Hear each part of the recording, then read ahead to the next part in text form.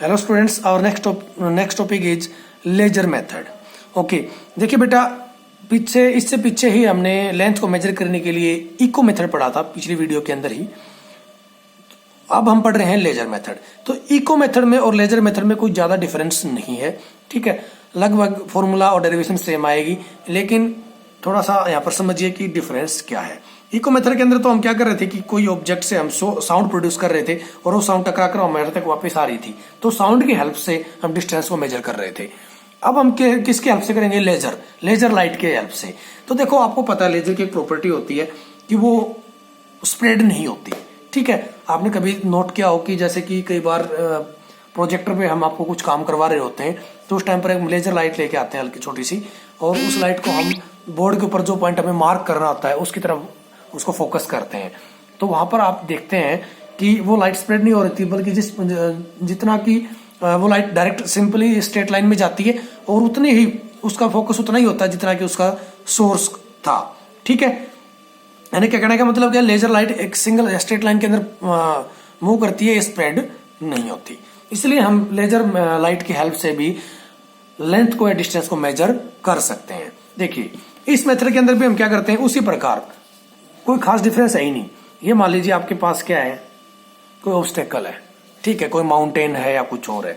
ये हमारे पास क्या है, सोर्स ऑफ लाइट, ठीक है, सोर्स ऑफ लाइट।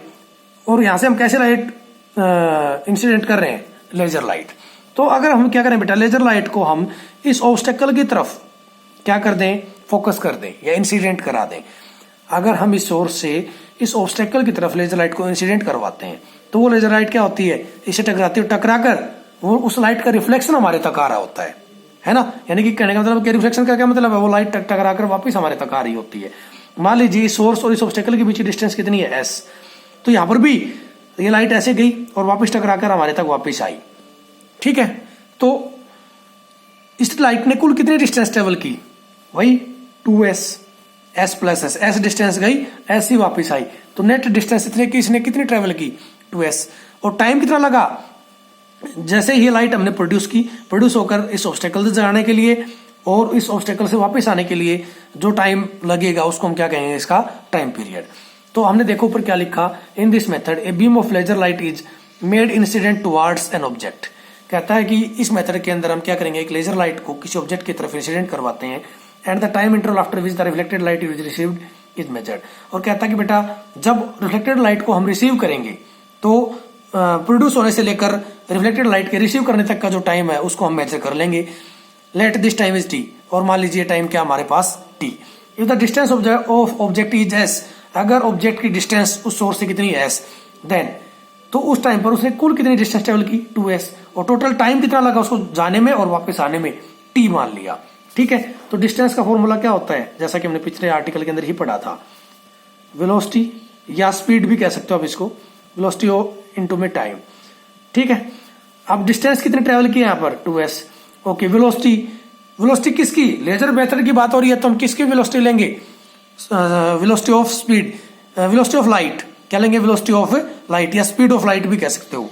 यहां पर हम क्या लेंगे, मैं लिख देता हूं यहां पर स्पीड ऑफ लाइट इनटू में टाइम कितना लिया हमने यहाँ पर, t। अब लाइट की स्पीड को हम रिप्रेजेंट कर रहे हैं c से, ठीक है। लाइट की स्पीड को हम किससे रिप्रेजेंट करते हैं बेटा, c से। तो क्या हो जाएगा, ये 2s इजिकल टू में c इंटू में t, ठीक है। अब आपको यहां से क्या पुट निकालना है, s, तो s क्या आ जाएगा, c इंटू में t बाई 2। अगर आपसे पूछ लिया जाए कि लाइट की स्पीड कितनी होती है वैक्यूम के अंदर, तो कितनी होती है, लगभग 3 इंटू 10⁸ मीटर पर सेकेंड, ठीक है। तो अगर हमें ये मेथड दिया गया है, तो आपको अगर वहां पर टाइम पीरियड दिया गया है, तो आप क्या करेंगे, लेजर मेथड के अंदर आपसे क्वेश्चन पूछ लिया जाता है, तो स्पीड ऑफ लाइट की जगह क्या पुट कर देंगे, 3 इंटू 10⁸ मीटर पर सेकेंड। लाइट कैसी भी हो, लेजर लाइट हो या कैसी भी लाइट हो, ठीक है, लाइट की स्पीड क्या होती है, लगभग 3 इंटू 10⁸ मीटर पर सेकेंड इन वैक्यूम, ठीक है। अलग अलग मीडियम के अंदर अलग अलग होती है, वैक्यूम के अंदर कितनी होती है, 3 इंटू 10⁸ मीटर पर सेकेंड, ठीक है।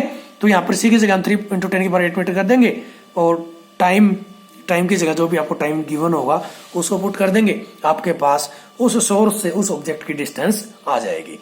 ओके, अब देखिए बेटा, इस डिस्टेंस से इस मेथड से हम लार्ज डिस्टेंसेस को, ठीक है, लार्ज डिस्टेंसेस को मेजर कर रहे होते हैं, हमने क्या लिखा यहाँ पर, by this method the distance from moon, distance of moon from earth can be measured.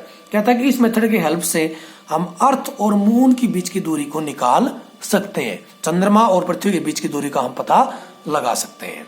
ठीक है बेटा, तो इको मेथड में और लेजर मेथड में कोई ज्यादा डिफरेंस नहीं है, इनको आप ध्यान से पढ़िएगा, समझिएगा। आज के लेक्चर में इतना है ही। Thank you very much.